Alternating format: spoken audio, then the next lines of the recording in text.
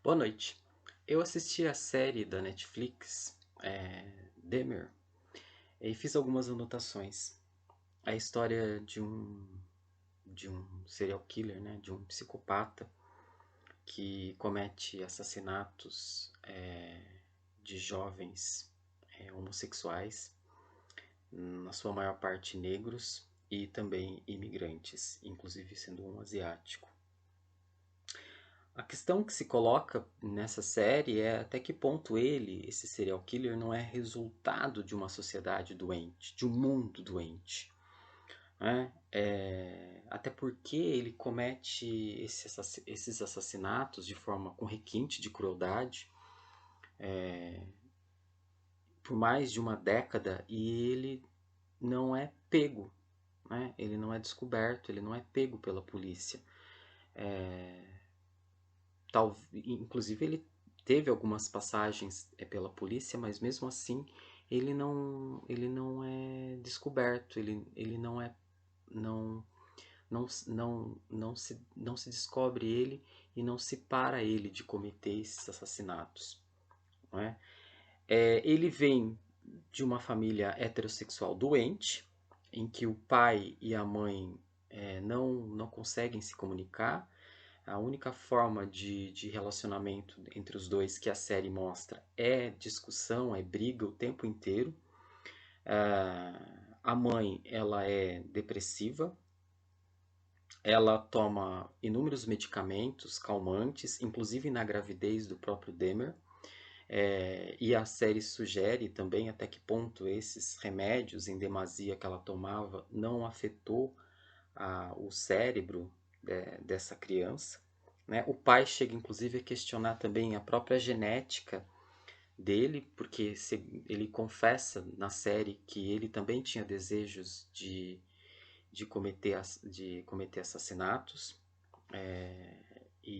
mas ele não faz isso. Então ele chega a dizer que essa própria genética dele que é ruim e que pode ter passado pro filho dele, né? Pro Dahmer. Mas o pai, ele demonstra ser um pai presente na vida dessa criança, desse adolescente, desse jovem, desse adulto. O pai, apesar de fazer vistas grossas à homossexualidade, não compreender muito bem a questão da homossexualidade do filho, e a própria sociedade também não compreende, ele tenta se aproximar de alguma maneira do filho, né? Inclusive levando ele para pescar. E o pai era um químico que dissecava, trabalhava e ensina o filho a dissecar animais mortos, né? Ou mesmo, enfim. E aí essa criança começa a aprender então a dissecar. Ele começa dissecando um gambá, por exemplo, né? E parece que ele começa a sentir uma forma uma forma de prazer em fazer isso, estando junto do pai, porque era uma forma do pai se aproximar dele, estabelecer um canal de comunicação e era uma demonstração de carinho e de preocupação do pai, né? Mas de todo modo ele passou desapercebido durante mais de uma década, né? Ele cometeu 17 assassinatos de forma extremamente cruel, porque ele esquartejava os corpos das suas vítimas. Às vezes ele comia, né, pedaços dos corpos das suas vítimas. Ele também colocava no freezer, né, o coração, às vezes de uma determinada vítima, e ele também guardava os crânios das suas vítimas. A mãe, né, foi extremamente ausente, como eu falei, e o pai tinha uma aproximação, pelo menos tentava ter uma aproximação com o filho, né? Tem também a presença da avó, que ele chegou inclusive a morar com a avó, onde na casa da avó ele também chega a cometer alguns assassinatos, né? Enfim. Que mais? A gente pode pensar que a psicopatia ela tem graus, né? E aí aqui a gente vê um caso é o extremo da psicopatia, né? De um psicopata. Mas a psicopatia ela tem graus, né? Até que ponto esse serial killer é muito visível. A, o quanto ele é psicopata, ele não tem. Diz que um dos sintomas, das características do psicopata é que ele não sente a dor do outro, ele não se coloca no lugar do outro, né? Ele age muito mais pelo instinto racional, vamos pensar assim. Apesar dele parece que ele tenta estabelecer alguma afetividade com esses rapazes que ele mata, né? Na sua maioria negros, jovens negros e também imigrantes, sendo dois brancos, inclusive. E aí também, em uma determinada, ele, um determinado momento da sua vida, ele vai morar num bairro cuja população é majoritariamente negra e também formada de imigrantes, e ele, por ser um rapaz branco, loiro, enfim, ele acaba passando desapercebido, né? Até porque as vítimas as vítimas dele, por serem rapazes negros e homossexuais ou imigrantes, não eram levadas de fato em consideração pela polícia e pela própria sociedade norte-americana, né? Que até existe uma discussão, né? Quais vidas importam? Será que quais vidas realmente importam nessa sociedade machista, enfim, preconceituosa, né? Inclusive, no prédio onde ele morava, tinha uma vizinha que na série mostra uma vizinha, mas pelo documentário que eu assisti tinham mais de uma vizinhas que estavam já suspeitando de que alguma coisa estava ocorrendo de errado, né, no apartamento do Demer. E uma vizinha que é colocada na série, uma senhora negra, ela ela diversas vezes ela liga para a polícia, né? Dizendo que estava que tava tendo algum problema no apartamento do Demer, que ela ouvia vozes, gritos, ruídos estranhos. Ela se queixava para o síndico do prédio, né? E fora o odor também que ela sentia, que vinha do apartamento do Demer, que manipulava, né, o corpo desses rapazes que ele matava. Mas ela em nenhum momento é ouvida, né? Inclusive um dos rapazes consegue fugir do apartamento dele, inclusive um menor de idade, ele consegue fugir, é um jovem asiático, e ela chega a chamar a polícia, mas o Demer, como é um psicopata que sabe muito bem usar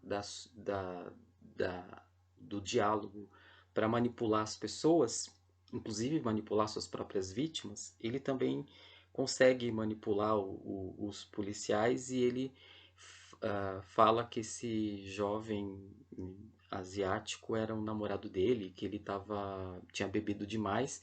Inclusive os policiais escoltam o rapaz, que era menor de idade, de volta para o apartamento do Demer.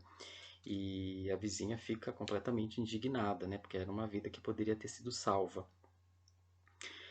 Mas enfim, essa também é uma característica, né, que a gente pode pensar da psicopatia, né? A manipulação, porque em alguns momentos o Demer ele se faz de bonzinho, né? Ele é extremamente educado muitas vezes, em alguns momentos ele explode, né? Ele tem algumas explosões com a avó, por exemplo, né? Mas mesmo assim, depois ele pede desculpa, tal. Ele é muito educado com o pai, né? Então ele se passa de bonzinho, né? Mas na verdade ele está lá cometendo, fazendo as suas vítimas, né? A gente vê, e isso que eu falo, né? Aqui é um caso extremo da psicopatia, Mas a gente vê pessoas no mundo assim, né, que a gente pode falar que tem doses da psicopatia, né, que fingem se importar com os outros, né, mas que na verdade não se importam, né. A gente viu isso agora na pandemia, né, líderes políticos do mundo inteiro, né, alguns líderes políticos do mundo que fizeram o maior pouco caso para o sofrimento das pessoas que morreram, né, durante a pandemia do coronavírus, né? E que agora, muitas vezes, estão aí se fazendo de vítima e estão tentando se passar de bonzinho e tal. Bom, o que mais? O pai, então, parecia que gostava, né, do filho, né, tentava pelo menos dar apoio para esse filho, né, eh, o Demer ele seduzia os caras, né, e ele tinha sérios problemas de relacionamento com com os caras e seduzia, e ele tinha como hábito dopar suas vítimas para levar elas para o seu apartamento, né. Quando ele morava com a avó, ele levava no porão da casa da avó. E ali ele dopava, porque aí ele tinha total domínio da situação com esses caras, né. A gente sabe, por exemplo, que existe o gol entre no meio, né, existe o famoso golpe Boa Noite Cinderela, né. Então por isso que precisa tomar cuidado com as bebidas que você toma de pessoas desconhecidas em ambientes, eh, enfim, ambientes de balada, ambientes de festas, né, de lugares assim. Porque ele seduzia os caras e dopava os caras. E aí ele tinha o controle, né, sobre a situação. Que mais?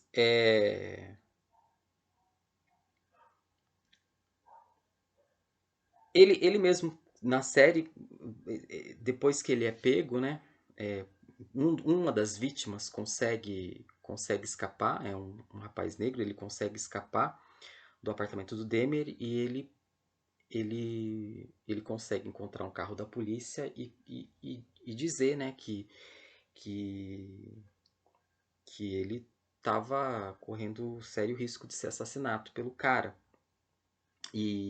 Mesmo assim ele encontra muita dificuldade por ser negro para falar para os policiais brancos, né? Até que os policiais vão até o apartamento do Demer e conseguem realmente identificar que ele estava matando os caras lá no apartamento. Isso é muito custo, né?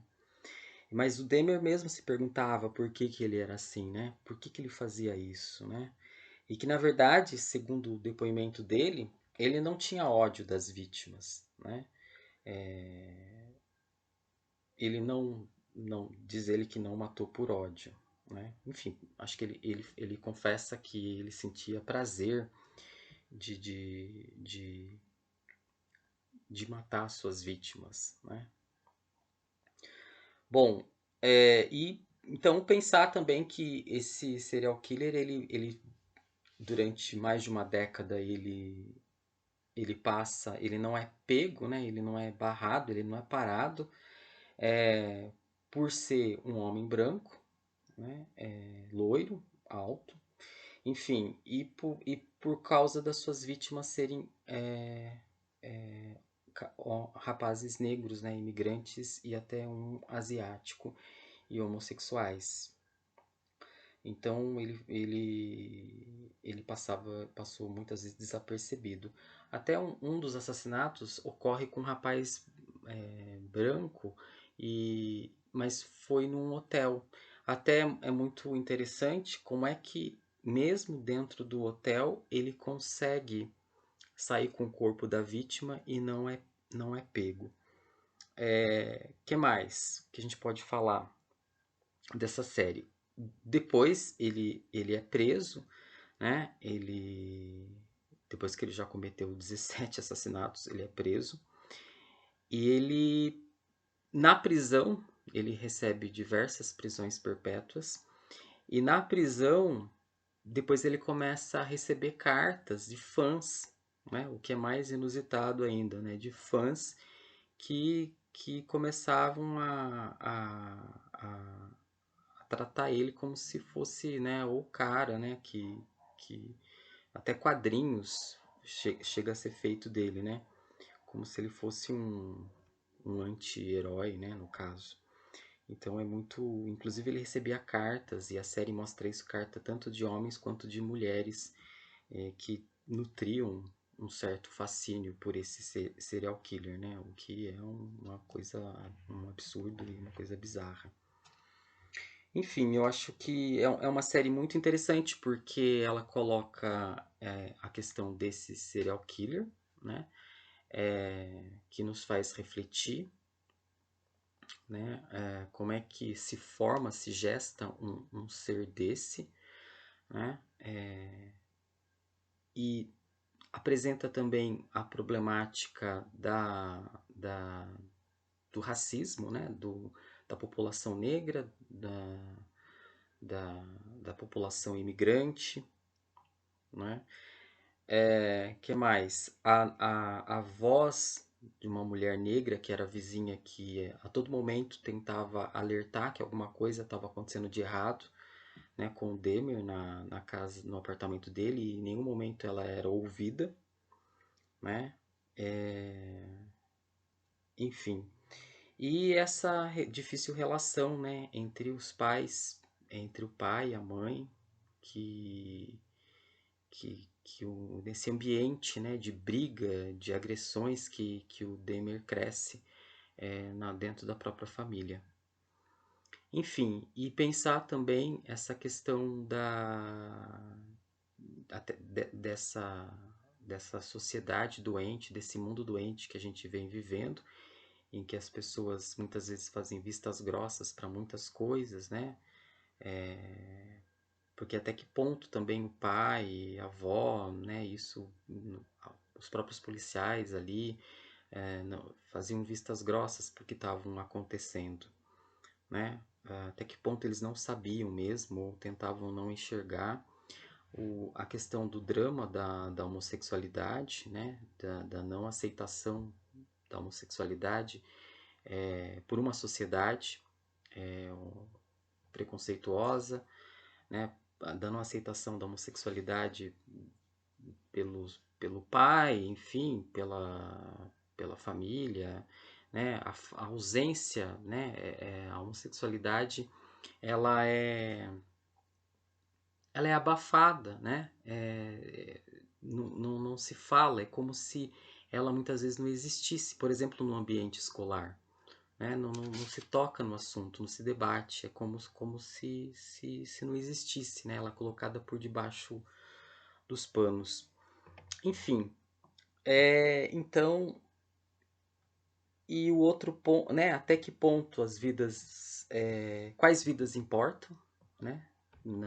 Nessa sociedade, quais vidas realmente importam. E a questão também que eu acho que se coloca é pensar esse caso desse serial killer como o extremo de um psicopata, né? O quanto ele passou desapercebido e ele teve, de certa forma, tranquilidade para cometer em série esses assassinatos desses rapazes. E tentar refletir também a questão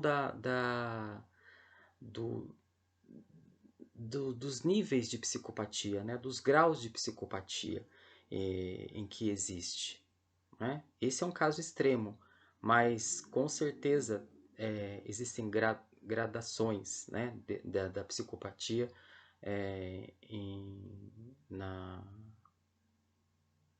na população humana, vamos pensar assim, né? Pessoas que não se importam assim com o sofrimento dos outros e que não têm empatia, não têm compaixão e que se fazem de pessoas boas, mas no fundo não são pessoas boas, né? Então, e agem com extrema esperteza e racionalidade. Enfim, é um pouco essas as reflexões que eu queria trazer para essa série que eu achei muito bem feita pela Netflix e trazendo, lógico, um tema é muito delicado, muito difícil e muito terrível. Obrigado. Até mais. Um abraço.